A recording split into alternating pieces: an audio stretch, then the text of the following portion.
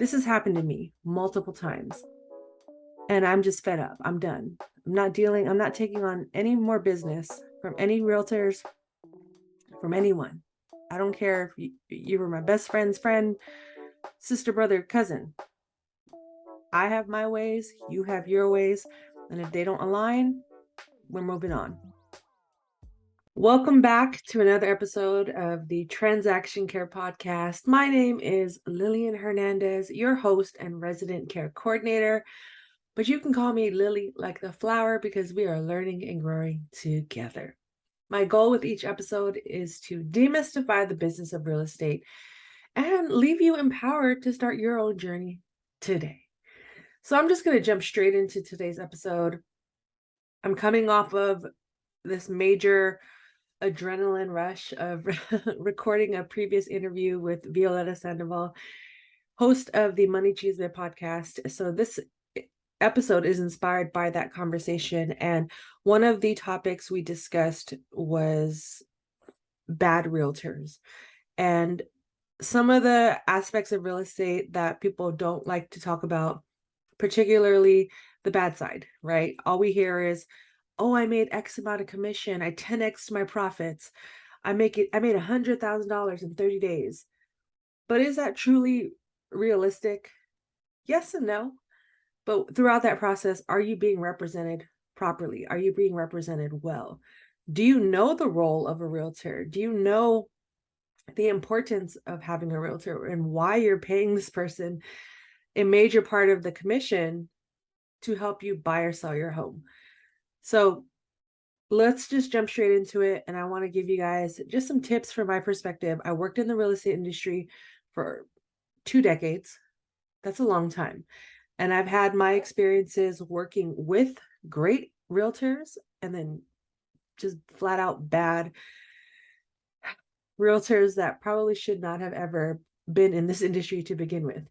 Now, everyone's experience is subjective and it can vary from person to person.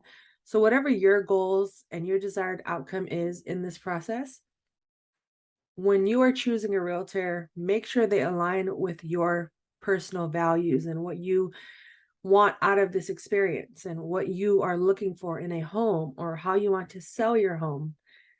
And overall, just truly advocating for yourself throughout this whole process. So, how do you know when you're dealing with a bad realtor? So, I'm just going to go through 5 basic tips. I feel like this is going to be a good conversation starter for future interviews and future videos, future interviews as well, because we've all, for those that work in real estate, we've all encountered at least one bad seed and it just left this huge impact on you and who you no longer want to work with and how you judge or gauge the types of people you want in your circle. So, for starters, let's go with poor communication skills. So, you definitely want to be talking regularly with your realtor. It doesn't have to be every day necessarily, but you definitely want to have access to them. If a realtor tells you, oh, you can never call me, you can never text me, red flag. I need to get a red flag and just wave it, right? So if they tell you, oh, I only talk between these hours, I mean, yes, I'm all for having boundaries, but at the same time, realtors sign up for a 24/7 working hour period, right? And of course, if you establish boundaries, I respect it. But oftentimes, buyers, sellers, investors, they don't have the 9 to 5 hours open to just talk on the phone about their money or the status of a home sale. So if a realtor right off the bat is telling you, do not contact me, only talk to escrow or my transaction coordinator, that is a red flag. Major, major red flag. Next, they lack professionalism. Now, this word could be a little conflicting, a little controversial. You know, what is professionalism? What does that even mean? How do you define it? again, subjective. But if you run into a realtor that maybe is not dressed for the occasion, or maybe they are being rude to the other agent, or they're being rude to you, or, and I get it, because if you call at the last minute and your realtor is at the beach, um, wanting to just hang out with their family, but you need them to show you a house, I'm not going to judge my realtor if they're wearing beach clothes to show me a house. Like, that's not going to change the perception of how I buy or sell a home. But if they're showing up and just disregarding you, because professionalism could just mean simple manners, right?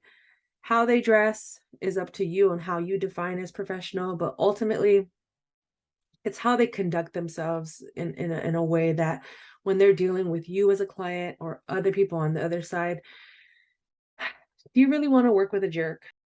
What you just watched was a clip from my podcast, Transaction Care. Head to transactioncarepodcast.com to listen to the full episode number 21, Beware of These Red Flags, How to Spot a Bad Realtor. It gets good, guys. There's about 20 more minutes left in this episode. Go check it out. Go give it a listen. Leave a comment. I'm opening up the dialogue. It had to happen, and it's happening now. My name is Lillian Hernandez, aka Lily like the flower. I am your resident care coordinator, and this is Transaction Care. Like I said, transactioncarepodcast.com is where you can stream this entire episode.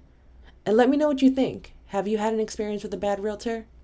Hit me up, DM me at Transaction Care across all social media platforms, but I'm mostly on TikTok and Instagram.